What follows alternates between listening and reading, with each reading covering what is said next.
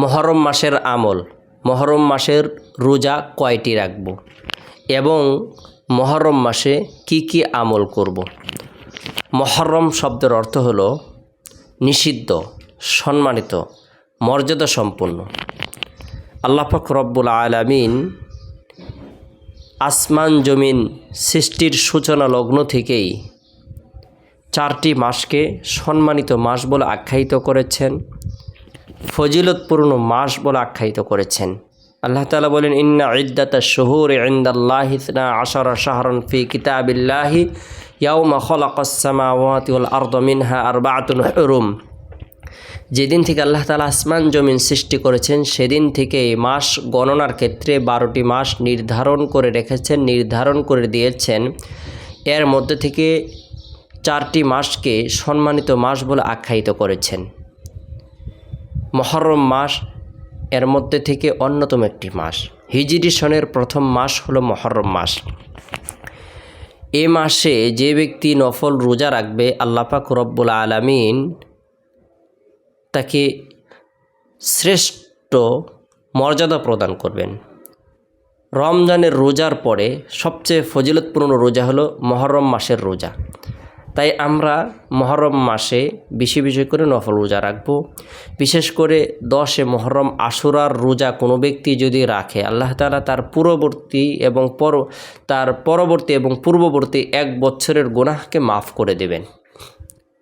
মুহররম মাসে কোনো ব্যক্তি যদি নফল ইবাদত বন্দেগী করে, তওবা করে, ইস্তিগফারের আমল করে, দুরুদের আমল করে, কোরআন তেলাওয়াত করে, গুনাহ থেকে বিরত থাকে, আল্লাহ পাক রব্বুল আলামিন তাকে নবজাত শিশুর ন্যায় নিষ্পাপ করে দিবেন। কেননা এই মাসটি এমনই সম্মানিত একটি মাস যে মাসের মধ্যে নবী রাসূলদেরকে আল্লাহ তাআলা বিশেষভাবে সম্মান প্রদান করেছেন, বিশেষ মর্যাদা প্রদান করেছেন। তাদেরকে আল্লাহ তাআলা এত বেশি কল্যাণ প্রদান করেছেন, নবী রাসূলদেরকে বিজয়ী দান করেছেন।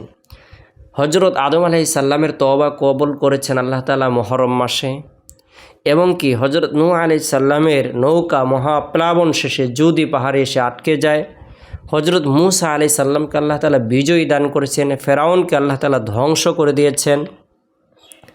একাধিক নবী রাসূলদেরকে আল্লাহ পাক রব্বুল আলামিন বিশেষ মর্যাদা প্রদান করেছেন। আল্লাহ তাআলা আসমান জমিন সৃষ্টি করেছেন মুহররম মাসে। তাই এই মুহররম মাসে গুরুত্ব সহকারে আমরা বেশি বেশি নফল রোজা রাখব। বিশেষ করে 9 মুহররম এবং 10 মুহররম আশুরা রোজা রাখব। আল্লাহ তাআলা আপনার আমার জীবনের গুনাহগুলোকে মাফ করে দেবেন। মুহররম মাসটিকে গুরুত্ব প্রদান করব। পরিবার পরিজনদের জন্য ভালো খাবারের ব্যবস্থাপনা করব। আল্লাহ রাসূল সাল্লাল্লাহু আলাইহি সাল্লাম আপনাকে আমাকে যে দিক নির্দেশনা দিয়েছেন সেগুলোই আমরা করব। ইসলামের বহির্ভূত কোনো কাজের সাথে সম্পৃক্ত হব না। অনেক শিয়া সম্প্রদায় ভাই বোনেরা তাজিয়া মিছিল বের করে থাকেন, বুকে আঘাত করে থাকেন, তারা বিভিন্ন ধরনের স্লোগান দিতে থাকেন, হাই হুসেন, হাই হাসান ইত্যাদি বলতে থাকেন। এই জাতীয় কাজ মুহররমের সাথে সম্পৃক্ততা নয়। তাই মুহররমের গুরুত্বপূর্ণ আমল হলো নফল রোজা রাখা।